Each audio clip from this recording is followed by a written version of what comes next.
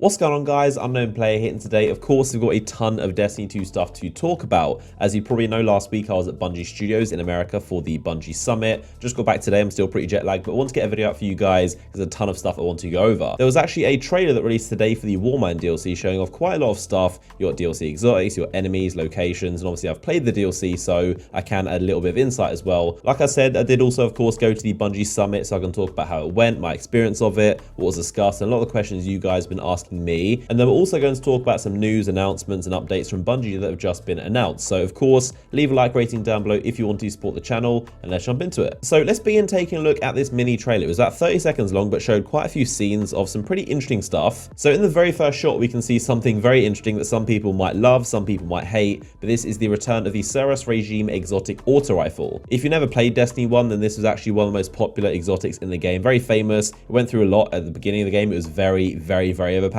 Like I've always said, every time they do this, I much prefer new stuff, new exotics, or at the very least, things like the Crimson hand cannon, which is kind of a reimagined version of the Red Death. It's not a straight up copy and paste, it's a new gun, but kind of themed off the weapon. So I like the Crimson, but copy and paste exotics I'm not really a fan of. Now, of course, in the background, you can see the location where this DLC is set, so that being Mars. And when I played the DLC, this location right here is actually where I spent a lot of the time. So this is one of the main hub spots. As you will see in the trailer, there are a few more locations, and Mars is definitely a lot bigger than Mercury. So that is good news off the bat. So next up, we can see what appears to be the main enemy race of this DLC, which is definitely a big surprise, and that is the Hive. I don't think anyone saw that coming. Obviously, there have been a ton of those fake leaks that came out all throughout this year, talking about Nezarec and Siva frames and nanites and even the Fallen Warmind, a ton of different things. And like I was saying, literally every single one of those leaks was fake, so none of them are accurate. I was hoping we'd get something new. Obviously, I'd love to see that, but realistically, I was expecting some kind of reskinned enemy like the Siva Fallen or just Fallen in general, but I don't think anyone was expecting Hive, so definitely a curveball. They don't seem too different. They're pretty much just frozen Hive, like Hive that have been in the fridge for a while, but they've got ice on them. And obviously the location of this DLC is in the ice caps of Mars. That's why it's all snowy and frozen. You can see it says here it's called the Hellas Base, and that's the kind of region on Mars where we're at. Now, there's also mention of a new mode called the Hive Escalation Protocol, which is actually what I've played. I'll be talking about that tomorrow. There is a Titan with a very Warmind themed looking armor set, so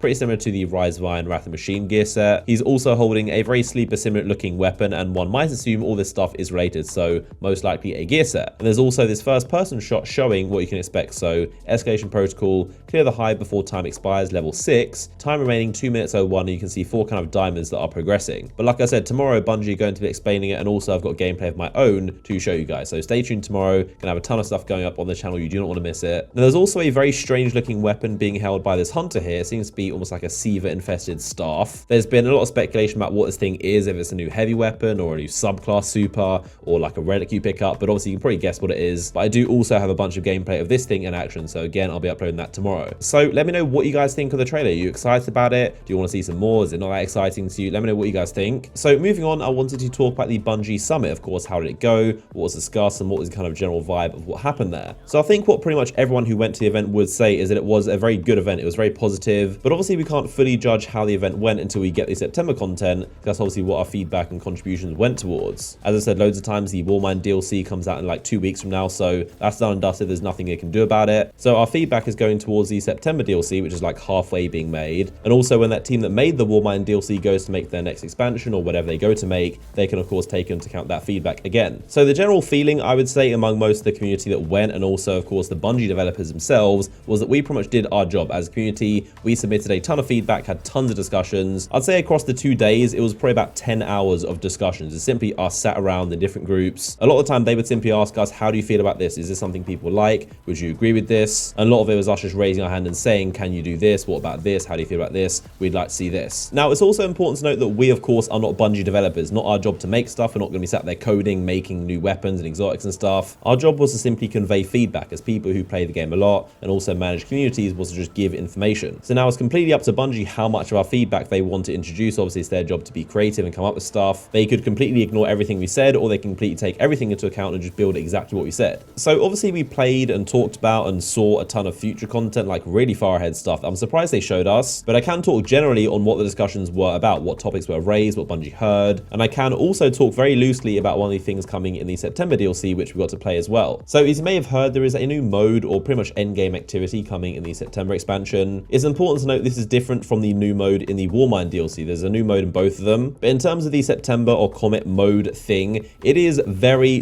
different. I don't think anyone would expect it. I can safely say without any doubt it is nothing we've seen before in Destiny. There's been no mode like it, and I've seen so many people trying to guess what the mode is, but I don't think anyone's actually guessed it yet. That's how kind of weird and different it is. Like, if you think about the pillars of the end game of Destiny 1, you had raids, trials, nightfall, strikes, iron banner, stuff like that, and Destiny 2 has those same pillars. There's nothing really new. We've got the same raids, there's trials of the 9 now, we've got nightfalls, we've got strikes, iron banner, so it's all very samey. So I think Destiny 2 desperately needs a new thing, a new end game mode that's just different and new, and this mode is exactly that. So that's the best way I can describe it. We only played it for a couple hours, so I don't know the lore and story behind it. I don't know the loot rewards. I don't know what it's like after playing for weeks or months, but I would probably say it's the newest thing Bungie have added since Trials of Osiris back in House of Wolves. Not saying it's going to be as good or as successful as Trials, we don't know, but in terms of just what you do in it, it's that kind of like level of new stuff and like new experiences. I'm trying my best to explain it as well as I can without giving too much details and getting into trouble, but hopefully that gives kind of good idea of what this mode is about. Again, not trying to hype it up and say it's going to be amazing, it's the new best thing and Destiny's saved, but it is definitely new and no one can disagree with that. Now, in terms of the feedback and what was discussed, one of the biggest ones was actually random rolls, which isn't a surprise, but obviously this is a very, very hot topic and it's a very messy one because there's no right way to do it. But pretty much by the end of it, Bungie had a very detailed list of all the advantages of why random rolls are good or a random roll system, and also all the disadvantages, what are the downsides of random rolls, what the weaknesses, and what are the kind of bad parts of Destiny 1's random roll system. So again, Bungie have all the information now. A lot of us spoke about it. There was a lot of discussions, a lot of good points raised, so they've got a ton of info on how the community feels about it, and I'm hoping they find a way to introduce the randomization they're of course looking for, but also discount those disadvantages. Now, there was also a lot of emphasis on progression and leveling up stuff, unlocking things and kind of ranks. Like Bungie have said a few times, they really do want to make this a hobby kind of game that you keep on going and there's always something to do, but there is so much they're working on which all revolves around progression, unlocking things, and kind of investing into your gear. There was even some pretty cool mention of lore and how they're going to make it a lot more serious, a lot less cheesy one-liners. At one point, they put up a big list of all their goals and what they want to work on, the main kind of areas of Destiny they want to fix, and one of those big points was the lore and the story and the narrative of the game. So it's definitely a big thing that I'm hoping they prioritize. So yeah, like I said, a lot was discussed, and I think a lot of good came out of the summit. I think the game is going to be better because of it, but again, you can't guarantee anything because we're not developers, we're not writing code and designing things, so we don't know what they're going to do. It's Bungie's game that they get paid to make. It's just our job to play it and talk about it. So hopefully they use a lot of feedback and hopefully the game gets better. The only downside is that, like I said, we have to wait until pretty much September to see a lot of the changes because it takes time to develop and test and make the stuff. So moving on, the next thing I want to talk about is a quick preview of a lot of the exotics that are getting buffed that we're going to see a lot more about tomorrow. Again, this is all part of the 1.2.0 patch coming alongside DLC 2 on the 8th of May. So the first one is the Tractor Cannon Exotic Shotgun. So obviously it's a bit of a meme right now. All it does is literally push enemies back and doesn't do much damage. Pretty useless in most endgame activities. So as well as the gameplay clip, I was actually told when I was at Bungie what the Tractor Cannon does, so I can explain what's going on here. So pretty much the main theme of the Tractor Cannon is almost like a debuff. This is like a new tether. So when you hit an enemy with the Tractor Cannon, it's going to apply a debuff where all void damage is increased by a lot. Now this also does stack with melting point and tether, so you can get a ton of damage if you tether something, apply melting point, and then hit something with the Tractor Cannon. You're going to do so much damage with void. So you can see it being used against Bracca's Zahn and how he gets pretty much half his health melted away so quickly. It's also worth noting he does begin the boss fight with Zahn on half health, which doesn't normally happen. I'm pretty sure it's just because it's a development build to show it off. But yeah, he goes up, he hits Zahn with the Tractor Cannon, and then you can see a Nova Bomb, a tether,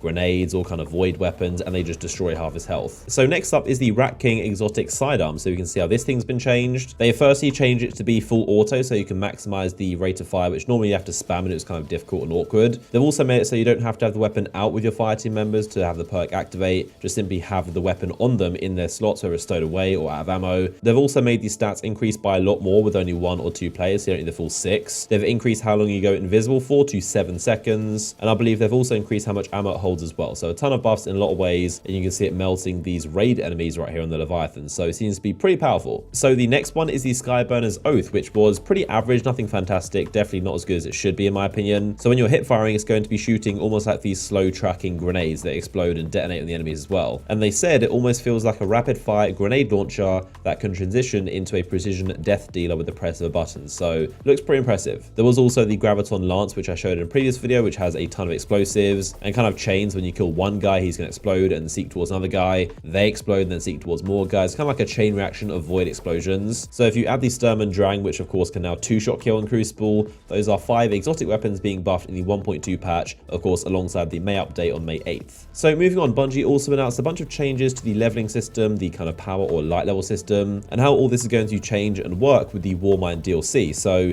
they actually announced the level cap is going to be 385 with mods. So it's actually a lot more than 365, which was expected, but this is going to have a bigger level cap than Curse of Souris did. Now, something else they told us at Bungie is the process to level is going to be a lot longer and a lot, hopefully, more significant. You're not just going to be able to get to max level in a few days or so, like it's always been the case with Destiny 2. So they said our target is that players who participate in all the weekly activities should take several weeks to reach the hard cap, which is 385. Raids and trials are going to grant the largest increases, clan engrams provide very small increases, and other weekly sources fall between the two. They said players who don't participate in any group weekly activities are unlikely to hit the hard cap before the next release. So sounds like you won't be hitting 385 before September if you don't play in any weekly activities, which I'm guessing are like raids, trials, even things like nightfalls, and pretty much all the milestones. But it's also not like those are the only ways to level up. So if you're dedicated and you only play trials and raids exclusively, you're unlikely to level up very fast as well. They expect it to be the same time to go from 340 to 370 as from 370 to 380. So it seems to be very kind of segmented to different caps. It seems like they're making the leveling process a lot longer, but I'm hoping it's not just for show. Like, is there a difference between being 375 and 380, for example? Probably not, but as of right now, it seems to be majorly prolonged, which I guess is something to grind, but I'm hoping it kind of means something. But there you go, a massive roundup of several topics I want to discuss with you guys. As always, if you did enjoy the video and if you want to support the channel, then leaving a like rating down below would be much appreciated. Again, tomorrow there's going to be a ton of announcements, a ton of gameplay, trailers, reveals, and I'm going to be uploading my own gameplay of the DLC as well. So if you're new to my channel, make sure you are subscribed and also have notifications turned on. If you want to watch some more content from me, you can click the image on screen right now to be taken to it. But as always, I appreciate you guys watching, and I'll see you all tomorrow for some more videos.